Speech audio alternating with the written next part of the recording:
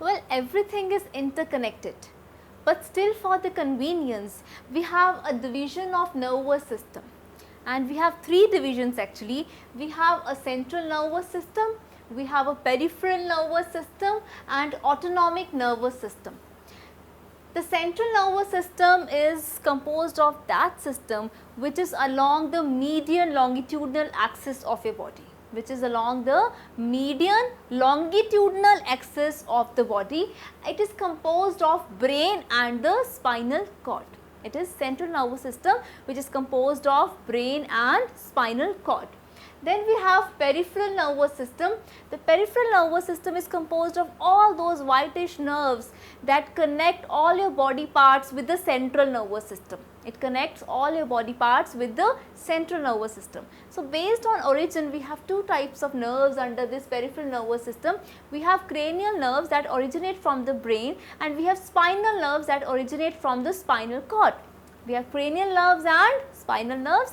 Cranial nerve originates from the brain and spinal nerve originates from the spinal cord.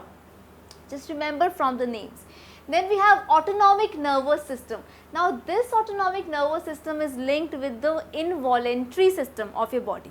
It is linked with involuntary and independent system of your body. However, that involuntary actions are also controlled by the central nervous system. But this system basically deals with the involuntary system of your body. First of all, we will be discussing the central nervous system in detail. As I told you earlier, that central nervous system is composed of brain and the spinal cord. Let's talk about brain. Well, brain of human beings is well developed. It has the largest size, and the weight of brain is 1350 grams. It is 1350 grams. It has around 1000 billion neurons. It has 1000 billion neurons, and just remember the cell body of the neuron, it does not divides after birth. So, the number that is there during birth, it is going to be that much only, because there is no division of the neurons, means the number will not increase after birth, right. So, the brain has a weight of around 1350 grams, and it has around 1000 billion neurons. Now, it is protected in cranial cavity or brain box of the skull. So, as you have seen in this image again, it is protected in the cranial cavity, or you can say the brain box of the skull. So, that is known as brain box. Now, it is surrounded by three membranes that we call as meninges. We call it as meninges. You can see the meninges are the membranes covering the brain and the spinal cord. The same meninges are present in the spinal cord also. So, the brain is surrounded by three membranes which we call as meninges. We have these three membranes known as pia mater, we have arachnoid, we have dura mater, right. So, innermost membrane is the pia mater. Then we have arachnoid membrane, then we have dura mater. Out of these three membranes, dura mater is the toughest membrane. It is going to protect the inner parts of the brain, right. And pia mater is a delicate membrane which is going to help in the nourishment that needs to be there in the brain, right.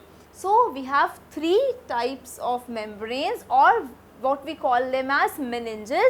We have pia mater, we have arachnoid and dura mater.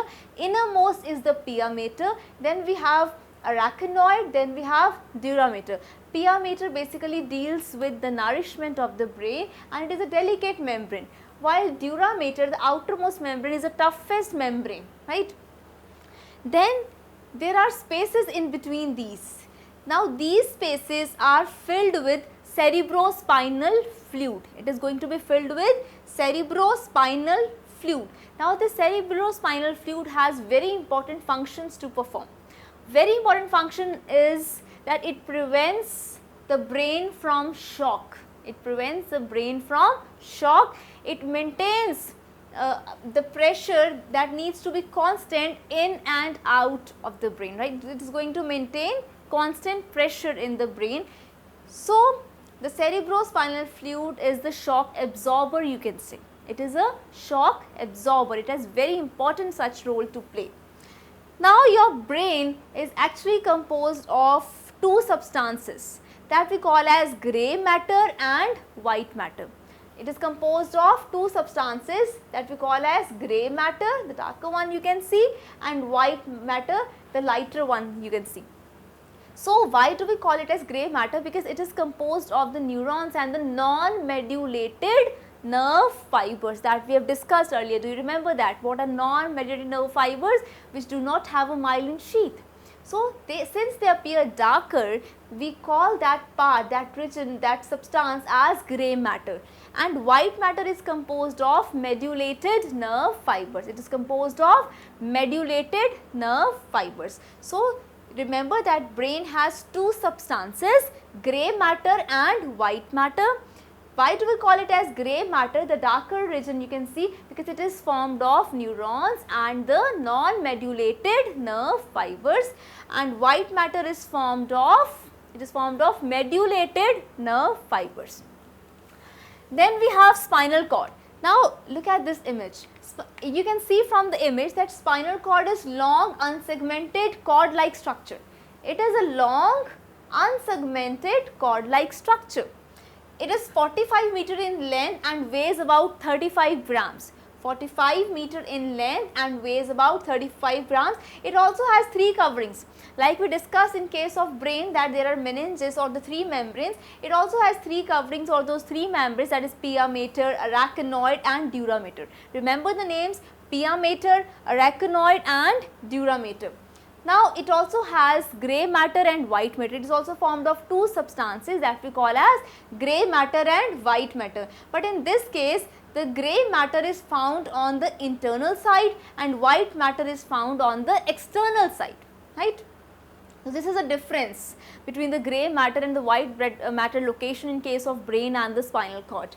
Then the spinal cord is hollow from inside and contains a cavity which we call as the central canal.